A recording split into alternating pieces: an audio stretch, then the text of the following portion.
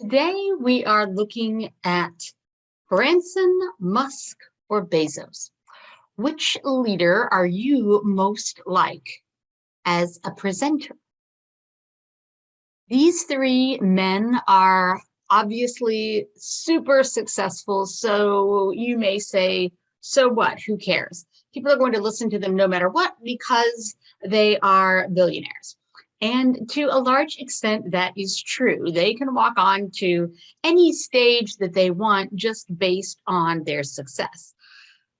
However, if they did not have this success, I would say that there is a large difference between the way these three men present themselves, which would mean one would probably be much more highly sought after than the others.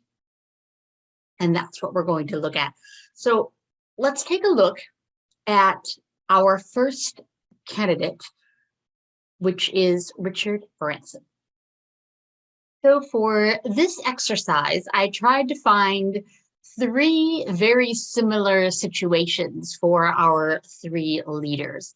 They will all be sitting in chairs and being interviewed. Two of them happen to be TED or TEDx properties, and one is not.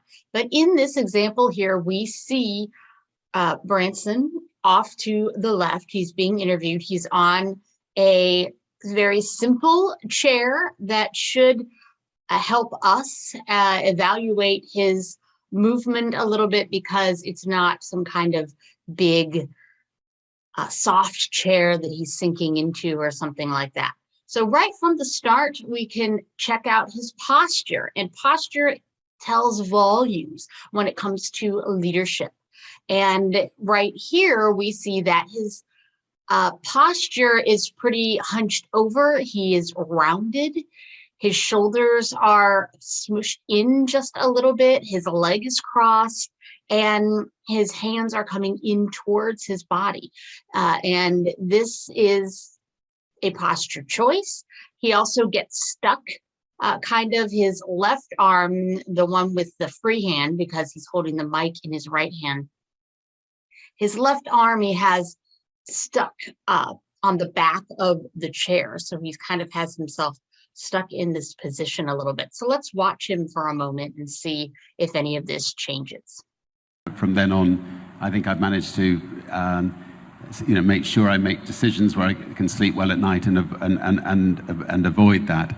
But I've also just learned that if you give people a second chance in life, and I had a second chance, I wouldn't have been employing 60,000 people, I suspect, if I'd spent 2 or 3 months in prison. If you give people a second chance, they can do great things. And I think if you can give people the dignity of work when they leave prison, if you don't just dump them on the street and tell them to make their own way to the nearest city, if you can give them a chance to stand on their own 2 feet, make people realize that they're loved. He's gesturing, but he's still keeping that left hand stuck. And here's where we see that rounded shoulder very clearly, that his shoulders are in, and he's hunched so I think over.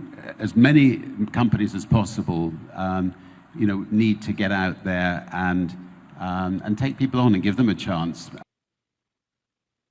So you heard my analysis of what Richard was doing, which wasn't a whole lot. Now, from a strictly perception, if we didn't know who he was, if he didn't come with this mogul status that he has, I would look at this person and think, wow, he's not very successful because he's hunched over. He doesn't move a lot. He's not making any eye contact with his interviewer. He's never engaging his audience with what he's saying. So everything about him kind of says nervous, less confident. And we know that that probably isn't true, but that is what is coming across because of the way that he has chosen to position himself, the fact that he never opens up.